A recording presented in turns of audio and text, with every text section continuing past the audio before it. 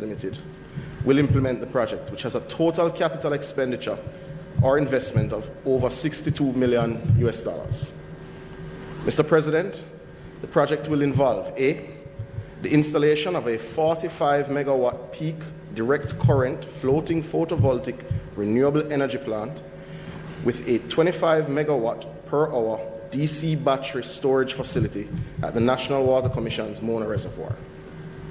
It includes the NWC licensing approximately 100 acres of the water service at the Mona Reservoir and leasing 4 acres of land for inverters and grid tie-in equipment for an initial period of 25 years to DEJL, with a lease payment of $25,000 per annum US dollars.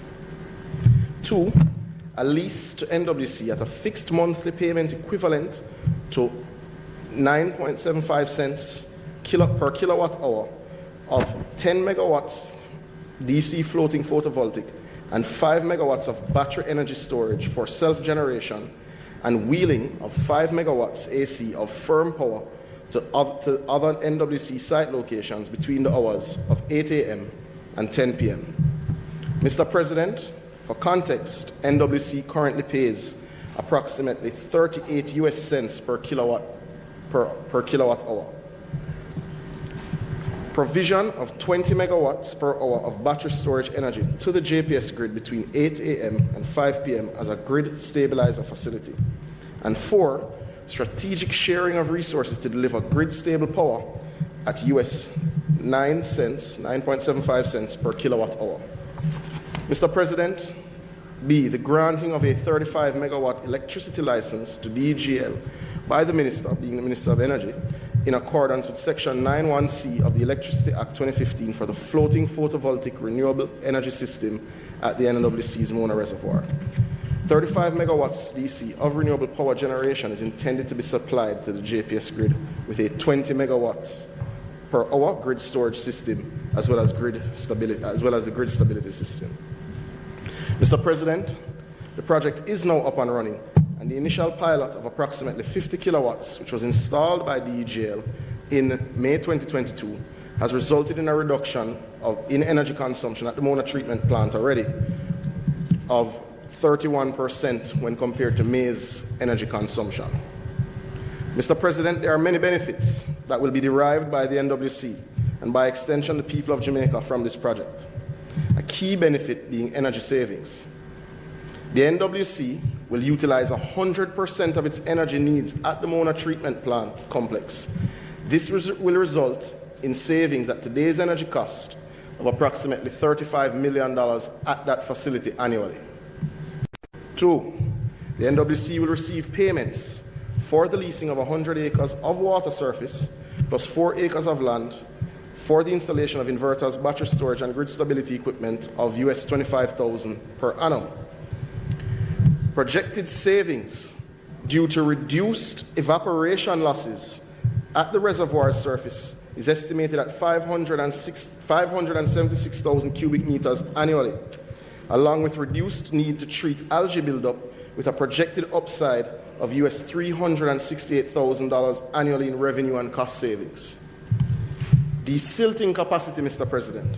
Desilting capacity gains, which is a function of drought mitigation, given that the project entails controlled desilting of the reservoir as a part of the tethering installation process, thus allowing for an additional storage capacity of 768,000 cubic meters of water, resulting in approximately US $515,000 per year in benefits based on the bathymetry study completed. Mr. President, another major benefit, and perhaps the major benefit, is pending the finalization of the wheeling rates. The NWC should conservatively see a reduction in the agency's overall energy cost per kilowatt hour of 30% of current rate of approximately 38 cents per kilowatt hour, as at the cost at August 2022. As stated above, Mr. President, NWC will be wheeling 5 megawatts AC of firm power to the NWC qualified facilities under the wheeling regime between the hours of 8 a.m. and 10 p.m. The projected savings conservatively, Mr. President, is approximately $1 billion Jamaican dollars a year for the NWC. Mr. President.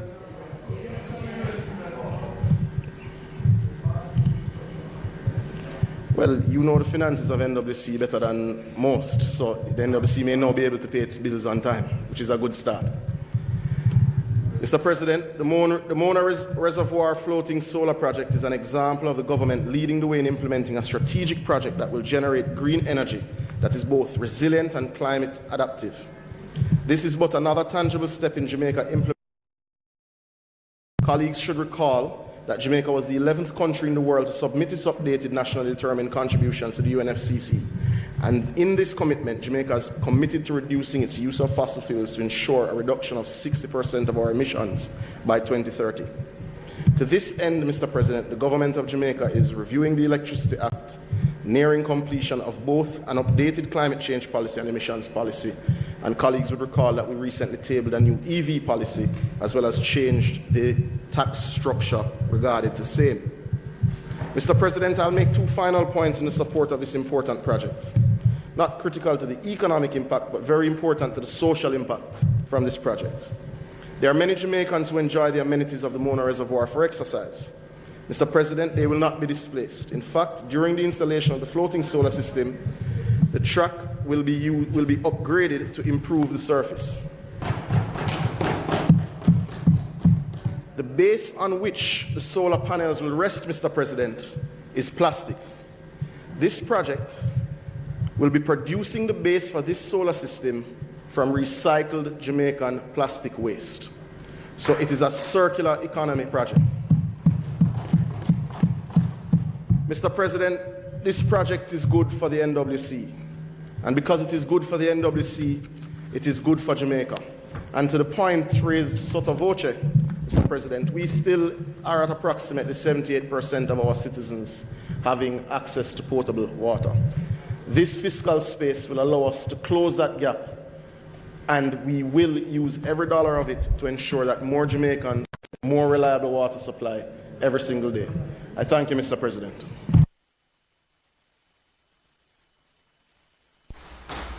Thank you, Senator Muda. Senator Samuda, thank you. Senator Bontin.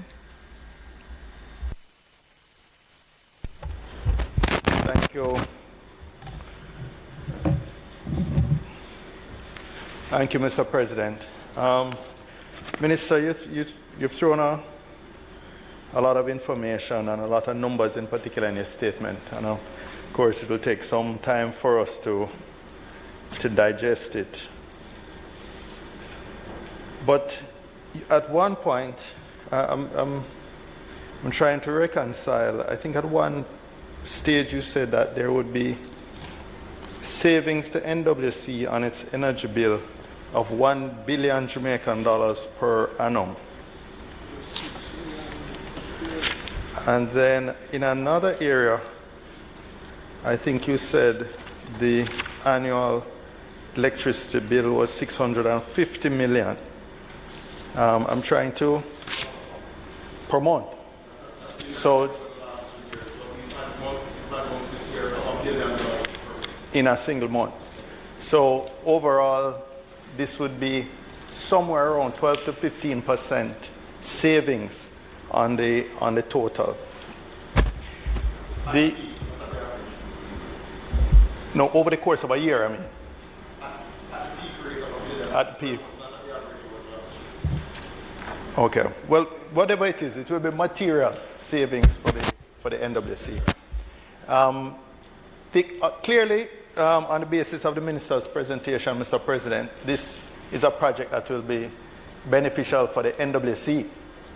And I'm assuming, although I was chairman of NWC over 2 decades ago, I'm assuming that the reduction in energy costs will benefit the consumers to the ratepayers. It should be passed on, in my mind, although I have not heard the minister speak to that. And I'm wondering if that, if my assumption is incorrect, because my recollection is that the NWC had an energy charge component of their OUR tariff that should be reduced based on this. So I'm asking, I think, yeah, was it Palm? Yeah. But as I said, my experience with this is rather dated. So I would appreciate if the minister could clarify how this will affect the consumers, not just in a sort of general sense of the public, but in particular the account holders, the ratepayers, the customers of the NWC. I have myself benefited from the installation of a residential solar installation system, panels and smart inverter and batteries over the last year. And if my own experience is typical, the payback period is very short. For my system, based on the results I've been getting in the last 11 months, it's about a 4-year payback period, which is just about one of the best investments available. However, it raises a bigger policy issue, Senator Webby, and you would appreciate this. We have seen a number of the larger industrial and commercial users coming off, either partially or totally, off the JPS grid, because whether it be from a cogeneration system that gives them the heat or the refrigeration as a byproduct of generating their own electricity, it makes economic sense for them. So you have a lot of the large industrial and commercial customers putting in their own facilities, whether gas generation or solar, etc. You also have the residential customers who can afford the capital outlay, also like myself, also coming off the JPS grid. And what is going to be happening if your best residential and commercial customers and industrial are coming off the grid? The overheads of the JPS, all the an investment in that new gas generating facility, etc., all of that now will be spread over a smaller base. So the unit cost, the per kilowatt hour cost, will increase. That is going to create a squeeze from the bottom, because the poorer consumers, JPS consumers, who are now struggling to pay their bills, it will become unaffordable for them. And it may even create more incentives for, what's the euphemism that JPS uses for? Unaccounted for losses. I can't remember. There's a euphemism they use to describe the electricity that's being used but not being billed or collected for. And so what you're essentially going to have, it seems to me, over the long term, is a squeeze from top and bottom. The best commercial, industrial, residential customers, like NWC, will be reducing their consumption because they can go to alternative sources of energy, whether renewable or clean or otherwise. The best residential customers who can either afford or are worthy or are credit-worthy customers, whether they can afford it to upfront the capital themselves or be funded through a financial institution or the provider, they will be coming off.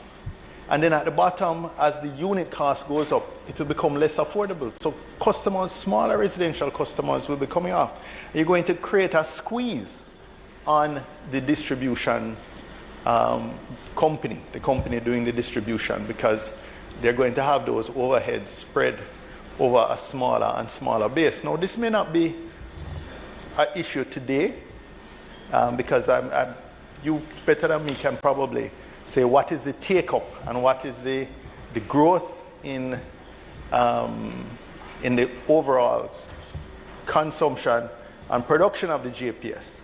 I don't know if this trend is sufficient that it has already slowed that growth or even stopped it and threatened to reverse it.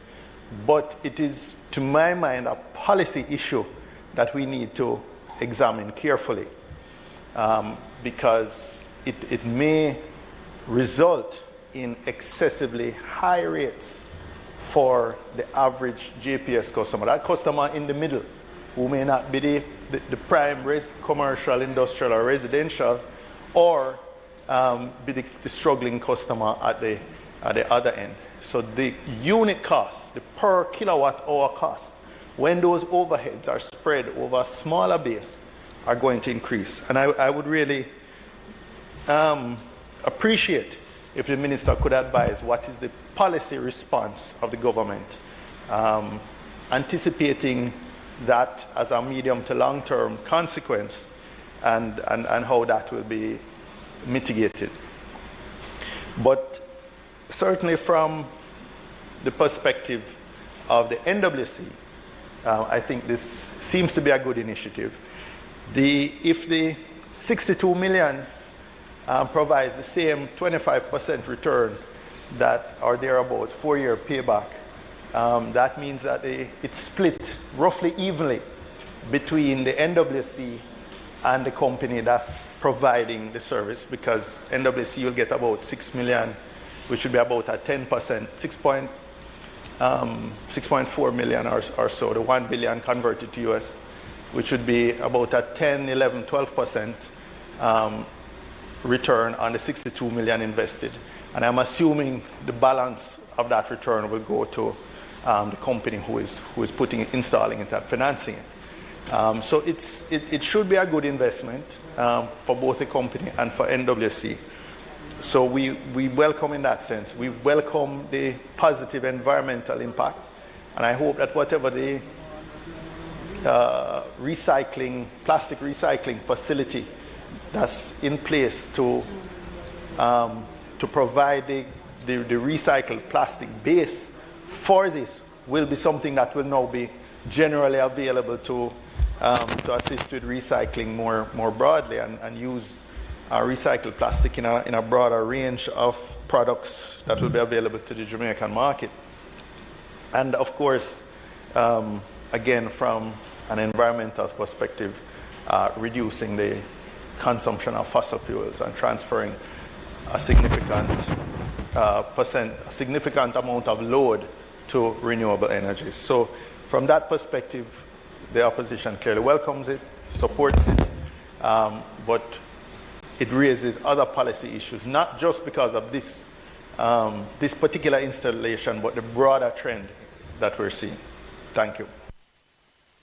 Thank you, Senator Bunting. Minister? Thank you, Senator Bunting. So I'll start from the points of agreement, which is that yes, it is good for NWC. It does create opportunity to fix much of the legacy issues that have bedeviled the institution because of the financial state that we as a country allowed it to fall into. I'll start by making the point that when the electricity rates went up to over $1 billion, we didn't pass on any increases to the consumer. What it did is that Mr. President? Yes, sure. Leader. As was indicated this morning, and an apology to Senator Samuda will pick up later on, I'm going to ask that the sitting of the Senate be suspended at this time for a later time this morning. The question is that the Senate be suspended temporarily. Those in favor? Aye. Those against? The ayes have it. The Honourable Senate is hereby suspended.